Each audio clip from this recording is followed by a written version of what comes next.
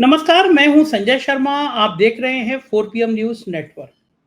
कांग्रेस का घोषणा पत्र क्या आया, भारतीय जनता पार्टी में खलबली मच गई।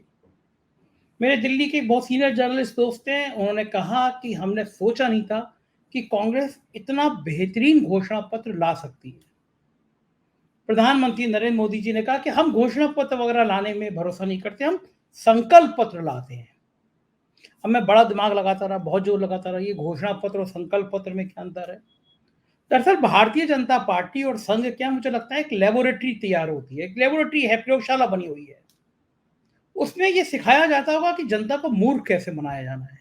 कभी घोषणा पत्र नहीं होता, संकल्प पत्र है, संकल्प नहीं पत्र नहीं, घोषणा पत्र है। कभी खाते में 15 लाख आएंगे, कभी 2 करोड़ की नौकरी हम मिलेंगी, फिर कह दिया जाएगा नहीं पकौड़े तलना रोजगार होता है। तरह तरह की बातें घुमाई जाएंगी। लेकिन कांग्रेस समझती थी कि देश की नब्ज क्या है, अग्निवीर को लेकर कितना गुस्सा है, ये कांग्रेस जानती थी।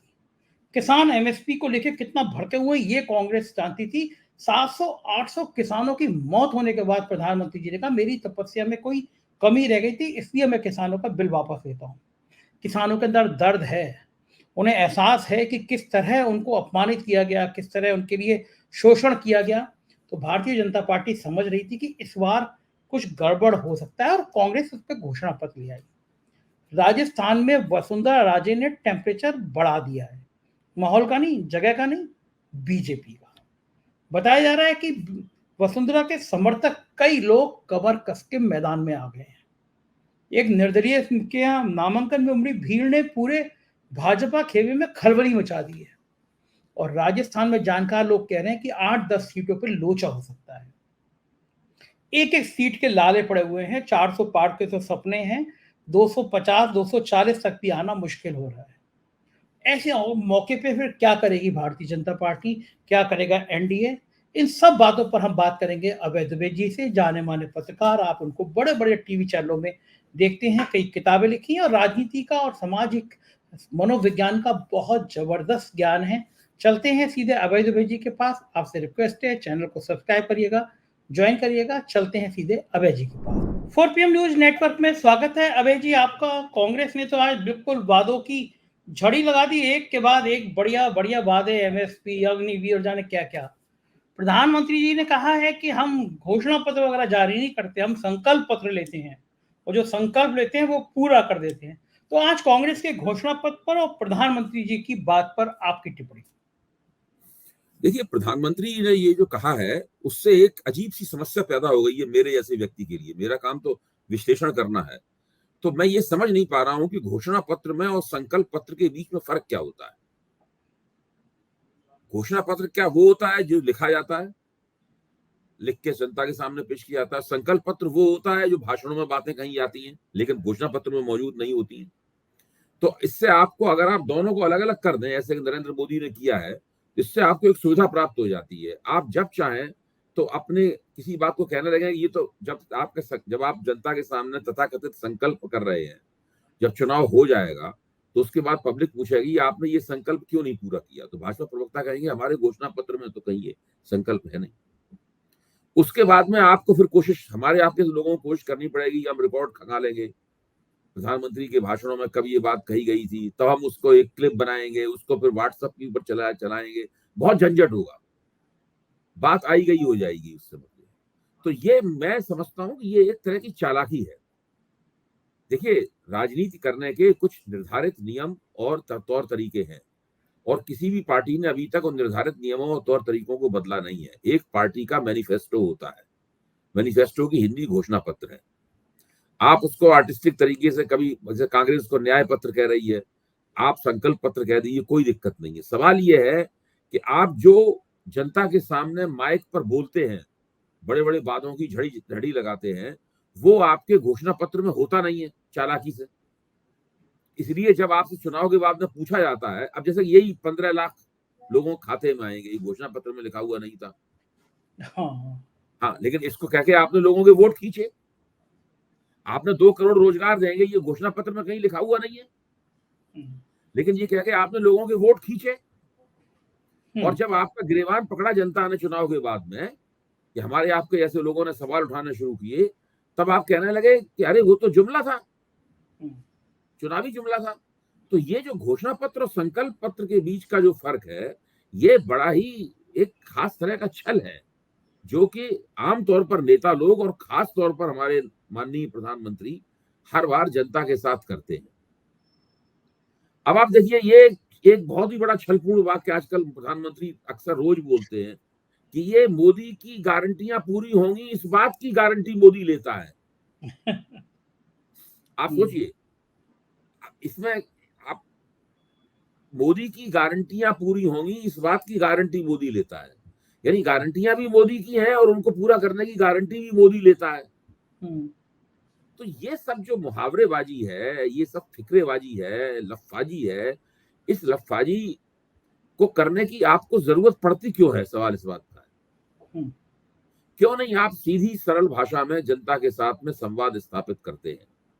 क्यों नहीं आपके घोषणा पत्र में जो लिखा जाता है उसके ऊपर आप ये गारंटी आप कहते हैं कि ये हम सत्ता में आने के 1 साल बाद, 1.5 साल बाद, 2 साल बाद ये बात हम पूरी कर देंगे और उसके बाद हम जनता के सामने आके कहेंगे कि हमने आपसे ये वायदे किए थे, देखो 2.5 साल के अंदर हमने ये वायदे पूरे कर दिए। आपको याद होगा कि 2019 का चुनाव जीतने के बाद में जब इन्होंने ऐलान किया था कि 2.5 साल के अंदर अंदर हम पूरी समीक्षा करेंगे कि हमने जो गारंटियां दी हैं, हमने जो वायदे किए हैं, ये वायदे पूरे हुए कि नहीं हुए।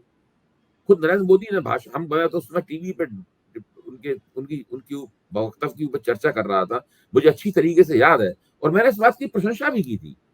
मैंने ये कहा था कि भाई एक प्रधानमंत्री है, अभी अभी चुना गया है दोबारा, पहले से ज्यादा उसको वोट मिले हैं, पहले से ज्यादा उसको सीटें मिली हैं, और वो एक समयबद्ध कार्यक्रम ले रहा है, डेडलाइन अपने आप को दे रहा है कि हम 2.5 साल के अंदर ये काम कर देंगे और हम फिर समीक्षा करेंगे कि हमने ये काम किया, हम बताएंगे जनता को हमने ये काम कर दिया। अच्छा, उसके बाद आ गया कोविड, महामारी आ गई।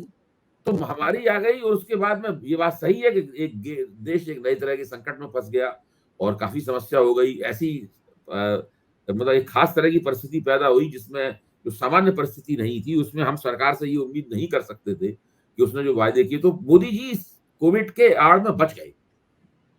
किसी ने उनसे नहीं पूछा कि भाई 2.5 साल पूरे हो गए, अब आप कुछ कीजिए, आप जवाब दीजिए उसका, क्यों कोविड की वजह से ये बात बच के निकल गए उसके अंदर। और देखिए, कोई इन बातों की चर्चा करता नहीं है अपनी बातचीत में, मैं सब बातें याद है मुझे अच्छी तरीके से। तो ये जो हो रहा है, पहली बात। दूसरे, कांग्रेस ने मोदी से भी बड़ी एक रियायत देने की घोषणा की थी, आपको याद होगा, लेकिन जो पुलवामा वाली घटना हुई, घर में घुसकर मारा, हाँ, उसके बाद में माहौल थोड़ा बदला और मोदी की बातों वोट उसके ऊपर पड़े। मोदी ने दावा किया कि जनता ने हमारे ऊपर ज्यादा भरोसा किया। तो ये सब जो चतुराई और चालाकी होती रहती है, ये मेरे ख्याल से लोकतंत्र में इनकी वजह से लोकतंत्र में जनता के विश्वास का क्षय होता है और एक सिनिकलनेस, एक दोषदर्शीपन, कुछ ठीक नहीं है, सब लोग बेईमान हैं, कुछ ठीक नहीं है, इस प्रकार की भावना पैदा होती है। इससे यही तो कारण है। आप देखिए, देश में जो 18 से 20 साल के जो वोटर हैं, 18 से 20 साल के जो नौजवान हैं, ये आज के टाइम्स ऑफ इंडिया में ही संपादकीय है। आप देखिए, 18 से 20 साल के वोटर नौजवान हैं जिनको बहुत तेजी के साथ में मतदाता के रूप में अपना रजिस्ट्रेशन कराना चाहिए, लेकिन केवल राष्ट्रीय औसत 38% है। केवल 38% ये फर्स्ट टाइम वोटर्स ने अपना रजिस्ट्रेशन कराया, क्योंकि वो राजनीति में ये नेता लोग मंच से डींगे हाँकते हैं, तरह तरह की झूठ बोलते हैं, संकल्प पत्र, घोषणा पत्र। अब कौन इस पर दिमाग खपाए कि घोषणा पत्र क्या है, संकल्प पत्र क्या है? हाँ, रोजी रोटी में हमारा आपका काम तो यही है। रोजी रोटी के दिन भर की जद्दोजहद में फंसा व्यक्ति, उसको अब 2 जून की रोटी की पड़ी हुई है और वो इसमें दिमाग फंसा है कि मोदी जी ने संकल्प पत्र और घोषणा पत्र क्या थी, क्या फर्क था। अब आप दूसरों पे परिवारवाद का आरोप लगाते हैं और फिर आपने परिवारवाद की एक संसद में परिभाषा भी पेल दी है। अब आप परिभाषा पे दिमाग खपाते रहिए। तो ये सब जो पूरा एक जाल बुना जाता है लफाजियों का, ये बिल्कुल लफाजियों का यही जाल आजकल चल रहा है। अगर आप इस सब के मुकाबले मैं ये नहीं कह रहा हूं कि अच्छा, कांग्रेस मैं एक चीज पूछूंगा अभय जी, एक चीज यहाँ पे ये पूछूंगा मैं आपसे कि जब वो कहते हैं ये मोदी की गारंटी है, ये गारंटी की गारंटी है, तो उस समय उनको दिमाग में नहीं आता होगा कि जनता ये पूछ सकती है पलट के कि वो 15 लाख कहाँ हैं, वो 2 करोड़ की नौकरियां कहाँ हैं, सबके सिर पे छत कहाँ है? तो प्राइम मिनिस्टर को लगता नहीं होगा कि जनता को तो पता है कि गारंटी पूरी नहीं हुई है, जो मैंने कहा वो असल में झूठ है। इसमें आपकी बात सही है। दिक्कत इसमें क्या है कि मोदी जी से कोई नहीं पूछता, जनता की आवाज मोदी जी तक नहीं पहुंचती। ये एक तरफा मोनोलॉग है। मोदी जी अपनी बात कहते रहते हैं लगातार, भाषणों की शक्ल में, मन की बात की शक्ल में और दूसरे व्याख्यानों की शक्ल में, या बोलते रहे। मोदी जी से कोई पलट के नहीं पूछता। कोई भी अमित शाह से पलट के नहीं पूछता कि आपने जो डींगे मारी थी वैसा हुआ कि नहीं हुआ। मैं सिर्फ एक छोटा सा आपको उदाहरण दूं कि पिछले पश्चिम बंगाल विधानसभा चुनाव में बीजेपी के सब नेताओं ने डींग मारी कि 200 सीटें आएंगी बीजेपी की। सीटें आई 70 के आसपास। तो किसी ने उनसे नहीं पूछा, भाई आप 200 कह रहे थे, इतनी सीटें कम क्यों आई आपकी? तो नाविका कुमार ने उनको एक ट्वीट किया कि उनको अमित शाह के लिए कि ऐसा क्यों हुआ। तो अमित शाह ने उसके बदले में जवाबी ट्वीट किया कि हम इस तरह के लक्ष्य अपने कार्यकर्ताओं के लिए सेट करते हैं। अच्छा, तो जो लक्ष्य अमित शाह ने और नाविका कुमार ने फौरन इस बात को छिपा लिया। उन्होंने अपने टीवी, जब प्रशांत किशोर से उनकी बहस हुई, प्रशांत किशोर ने पूछा, आपने आज तक अमित शाह से क्यों नहीं पूछा कि उनकी सीटें क्यों कम आई? देखा था तो मैंने। नर्मदा कुमार ने कहा कि उन्होंने कहा कि हमने मैं होता तो मैं उनसे पूछता कि आपने ये बात अपने दर्शकों के साथ साझा क्यों नहीं की, श्रोताओं के साथ में, कि वो अपने। अच्छा, दूसरे ये भी बताइए कि जो चीज वो अपने कार्यकर्ताओं के लिए सेट करते हैं उसको आप एम्पलीफाई करके अपने चैनल पे क्यों पेश करते हैं? ठीक बात है। टीवी एंकरों के लिए नहीं उन्होंने सेट किया था लक्ष्य। आप उनको उसको एम्पलीफाई करके क्यों पेश करते हैं? ये तो हालतें हैं इन लोगों की। तो मोदी जी से कोई कुछ नहीं पूछता, अमित शाह से कोई कुछ नहीं। दो व्यक्ति ऐसे हैं जिनकी कोई जवाबदेही नहीं है किसी की, कोई इनसे कुछ नहीं पूछता। अब मैं आ रहा हूँ कांग्रेस के घोषणा पत्र के ऊपर। अब आप कांग्रेस के घोषणा पत्र पे आइए। कांग्रेस के घोषणा पत्र में पिछली बार भी कांग्रेस का घोषणा पत्र बहुत जोरदार था। इस बार कांग्रेस ने बहुत ही व्यवस्थित तरीके से, मैं ये नहीं कह रहा हूं कांग्रेस अपने घोषणा पत्र की सभी बातों को लागू कर देती है, हम जो घोषणा पत्रों पर चर्चा कर रहे हैं, न्याय पत्र उसका नाम दिया है और गारंटियां दी हैं और समाज के सभी तबकों को स्पर्श करने वाले कार्यक्रम और वायदे उस घोषणा पत्र में दिखाई देते हैं। कई चीजें बहुत आकर्षक हैं। एक तो 30 लाख केंद्रीय स्तर की नौकरियां देने का वायदा। ये जो भाजपा सरकार ने तमाम अग्निवीर वगैरह सब किया है, इसको सब खत्म कर देने का वायदा। हर परिवार की एक महिला को 1 लाख रुपए साल में देने का वायदा। ये सब बहुत महत्वपूर्ण किस्म के वायदे हैं। और ये भी कहा है कि ये जो एक देश एक चुनाव कराने वाली योजना है, हम इसको योजना को खत्म कर देंगे, हम ऐसी कोई योजना नहीं लागू करेंगे। तो ये बहुत ही स्पष्ट रूप से सारी बातें कांग्रेस के घोषणा पत्र में निकल के आई हैं। क्या ही अच्छा होता है कि ये घोषणा पत्र इंडिया गठबंधन का घोषणा पत्र। ठीक बात है, बिल्कुल। आप तो कहते थे हमेशा कि आप बनना चाहिए। पीएम के मंच पे भी मैंने कई बार इस बात को कहा है कि यही घोषणा पत्र थोड़ी सी फोर साइटेडनेस, थोड़ी सी दूरंदेशी अपनाकर योजना बनाकर काम करते तो ये पूरा घोषणा पत्र इंडिया गठबंधन का घोषणा पत्र हो सकता था और इंडिया गठबंधन के तमाम दल इसी घोषणा पत्र के इर्द गिर्द सारे देश में चुनाव लड़ते। तो फिर साफ विपक्ष को दिखाई देता, भाई विपक्ष की एकता का तंबू भी बिल्कुल अलग से स्पष्ट रूप से लगा हुआ और भाजपा के तंबू के मुकाबले विपक्ष की एकता का तंबू साफ साफ अपना अपना अपना बोर्ड चमकाता हुआ दिखाई पड़ता। तो विपक्ष का भी एक पूरा नेशनल नैरेटिव उसमें बनता। देखो ठीक कह रहे हैं। अच्छा, ये जो अग्निवीर और जो एमएसपी का गारंटी, इन दो चीजों का अभी जी कितना असर पड़ेगा नौजवानों पे, छात्रों पे और किसानों पे? जो कांग्रेस ने अपने घोषणा पत्र में कहा है कि अग्निवीर योजना बंद कर देंगे, एमएसपी की गारंटी देंगे किसानों को। भाई इस घोषणा पत्र के बाद में जो लोग किसान आंदोलन है, जिन्होंने किसान आंदोलन किया, जिन बिरादरियों ने किसान आंदोलन किया, जिन समुदायों ने किसान आंदोलन किया, जिन प्रदेशों से किसान बड़े पैमाने पर आए, दिल्ली की सीमाओं पर 1 साल तक टिके रहे और अभी फिर उन्होंने किसान आंदोलन किया, उन सबको कांग्रेस को और भाजपा विरोधी उम्मीदवारों को वोट देने चाहिए। क्योंकि एकमात्र कांग्रेस ऐसी पार्टी है, नेशनल पार्टी, राष्ट्रीय पार्टियों में, जो साफ कह रही है कि हम न्यूनतम समर्थन मूल्य की एक कानूनी गारंटी देंगे। ये लोग बहस करने वाले करते रहे कि कानूनी गारंटी देना उचित होगा कि नहीं होगा, लेकिन वो साफ तौर पे कह रही है हम कानूनी गारंटी देंगे, और इससे ज्यादा स्पष्ट तो कोई बात हो नहीं सकती। अब कांग्रेस इस वायदे को करने के बाद अगर सत्ता में आती है, उस वायदे से नहीं फिर सकती, उसको कानूनी गारंटी देनी पड़ेगी। अगर नहीं कानूनी गारंटी देगी तो उसके खिलाफ बड़ा आंदोलन होगा, उसकी बड़ी चीजें लेकर होगी, तो उसका निश्चित रूप से वोटरों के ऊपर उसका असर होना चाहिए। अबे जी, जो राज्य हैं कांग्रेस के, तेलंगाना है, हिमाचल है, कर्नाटक है, वहां पे कितनी गारंटी पूरी की होंगी कांग्रेस ने? उसका इम्पैक्ट पूरे देश भर में जाएगा कि भाई कांग्रेस जो कह रही है ये कर दे रही है, इसका मतलब मकसद साफ है कि भाई देखिए, जो जो ओल्ड पेंशन स्कीम है, हिमाचल प्रदेश का चुनाव कांग्रेस ने उसकी वजह से जीता, मतलब उसका प्रमुख कारण था, तो कांग्रेस ने वहां लागू किया उसको, ओल्ड पेंशन स्कीम को। ऐसा तो नहीं कांग्रेस ने वहां लागू ना किया हो। कर्नाटक में भी कई सारी उन्होंने स्कीमें, गारंटियां हैं, वो लागू की हैं, और आगे भी उसको लागू करेंगे। अभी तक ऐसा कुछ भी नहीं है, और अगर वह नहीं लागू किया होगा तो मुझे नहीं लगता फिर जनता इस बात के लिए कांग्रेस को माफ करेगी, और माफ नहीं करना चाहिए। मेरा मानना है कि जनता को उस मामले में बिल्कुल निर्मम होना चाहिए कि अगर कोई पार्टी अपने वायदे करती है और सत्ता में आने के बाद में उन वायदों को पूरा नहीं करती है, तो उसको वोट नहीं देना चाहिए पब्लिक। इसी तरह भाजपा को भी वोट नहीं देना चाहिए। अब भाजपा ने इसमें एक ये छल निकाल दिया है कि जब संकल्पों की याद दिलाई जाएगी तो घोषणा पत्र की चर्चा करेगी, घोषणा पत्र की याद दिलाई जाएगी तो संकल्पों की बात करेगी। गोल पोस्ट शिफ्ट करते रहते हैं लगातार।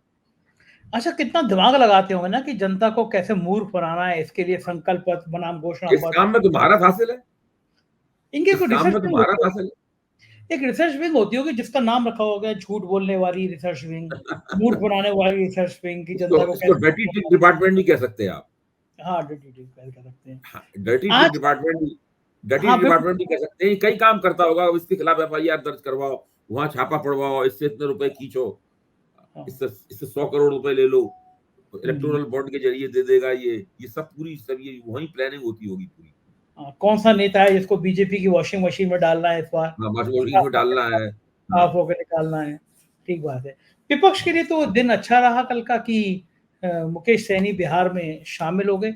मुकेश सैनी के एनडीए छोड़कर इंडिया गठबंधन में आने से क्या विपक्ष को ताकत मिलेगी? बिहार की राजनीति देखिए का वो है। मुकेश सैनी एक खास तरह की हस्ती है, और बड़ा उनका आकर्षक व्यक्तित्व है उस लिहाज से। ये वैसे तो मल्लाह जाति के पुत्र हैं, मल्लाह समाज के पुत्र हैं बिहार में। अंग्रेजी के नाम से सहानी लगता है, लेकिन दरअसल सहनी इनका नाम है। सहानी तो पंजाबी होते हैं, पंजाबी खत्री होते हैं। ये मुकेश सहनी है। तो ये सुपौल के रहने वाले हैं, और ये 18-19 साल की उम्र में ही पढ़ाई लिखाई छोड़कर बंबई चले गए थे भाग्य आजमाने के लिए, और बंबई जाकर उन्होंने फिल्मों में काम करना शुरू किया। जो सेट डिजाइनिंग का काम होता है उस काम में ही लग गए।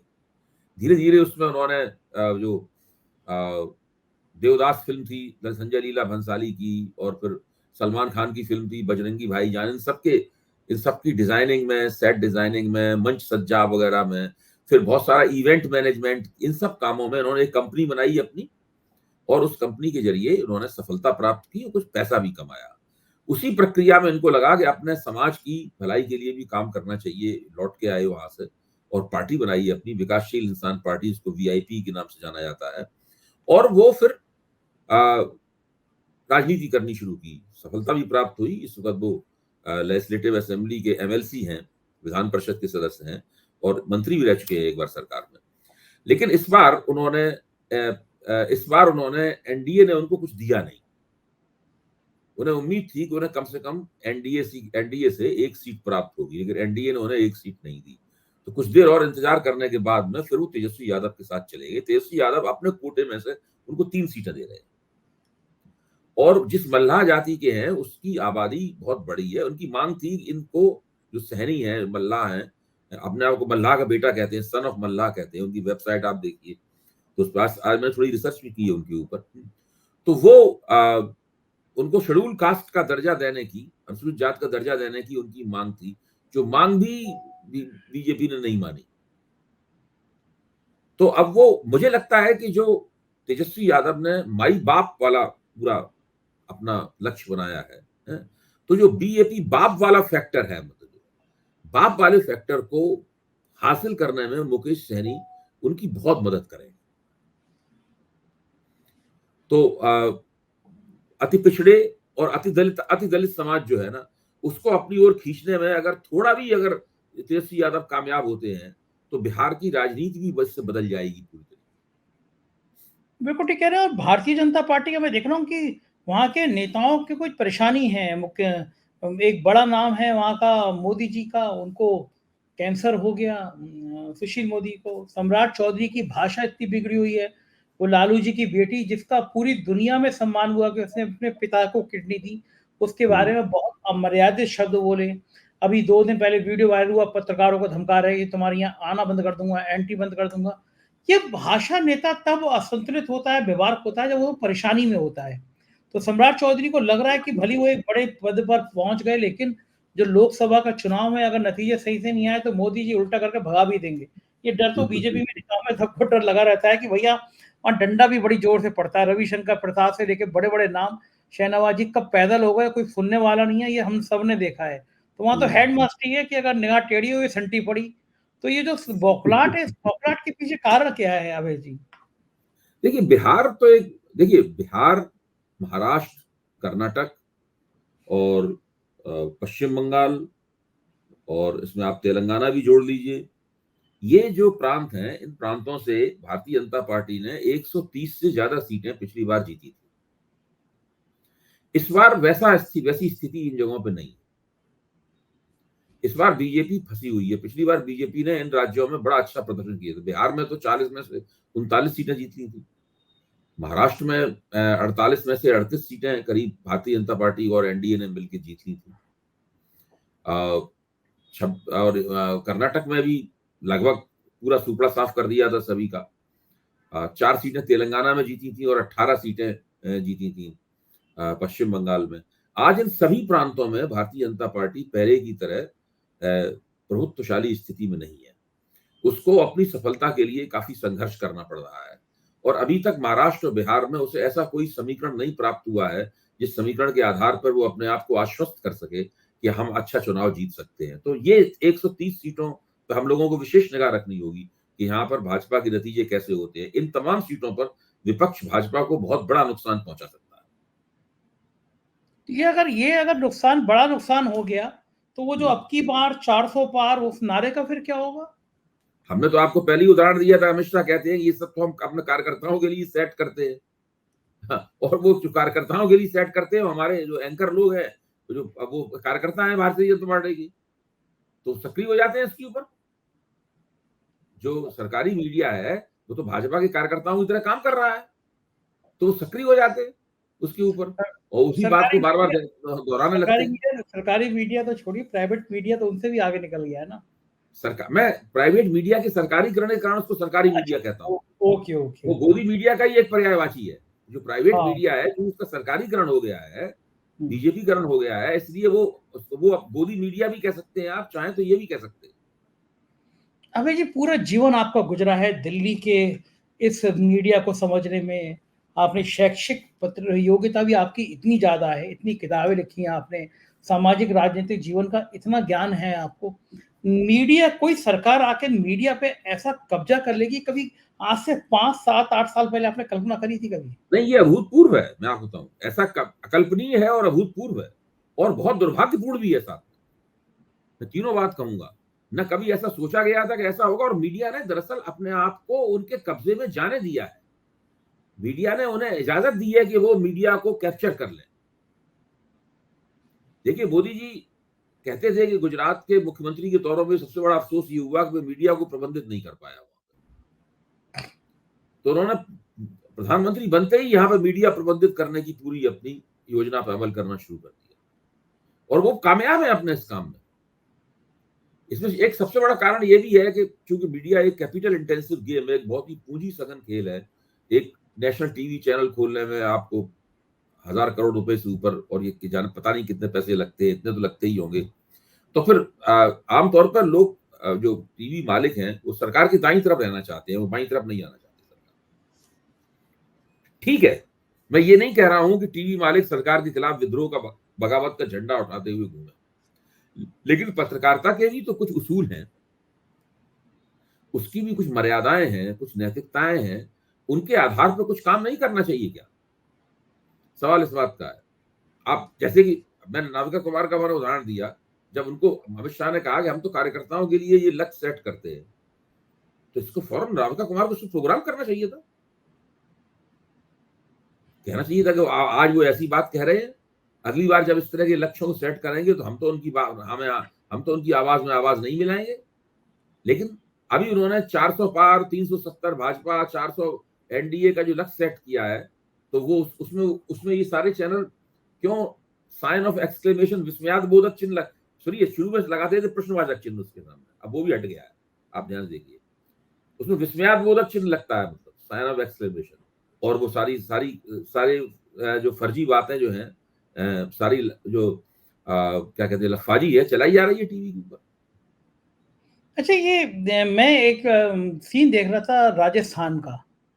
राजस्थान में जहां सारी की सारी सीटें भाजपा जीती थी, राजस्थान में एक निर्दलीय प्रत्याशी का मैं कल भीड़ देख रहा था घाटी की, मतलब वहां पे फीडबैक है, वो तो जीत ही हुई मान लिया उस आदमी को, इतनी अपार भीड़। और राजस्थान से जो फीडबैक आ रहा है वो ये आ रहा है कि वसुंधरा राजे के बहुत करीबी लोग बहुत बड़ी संख्या में मैदान में उतर गए हैं।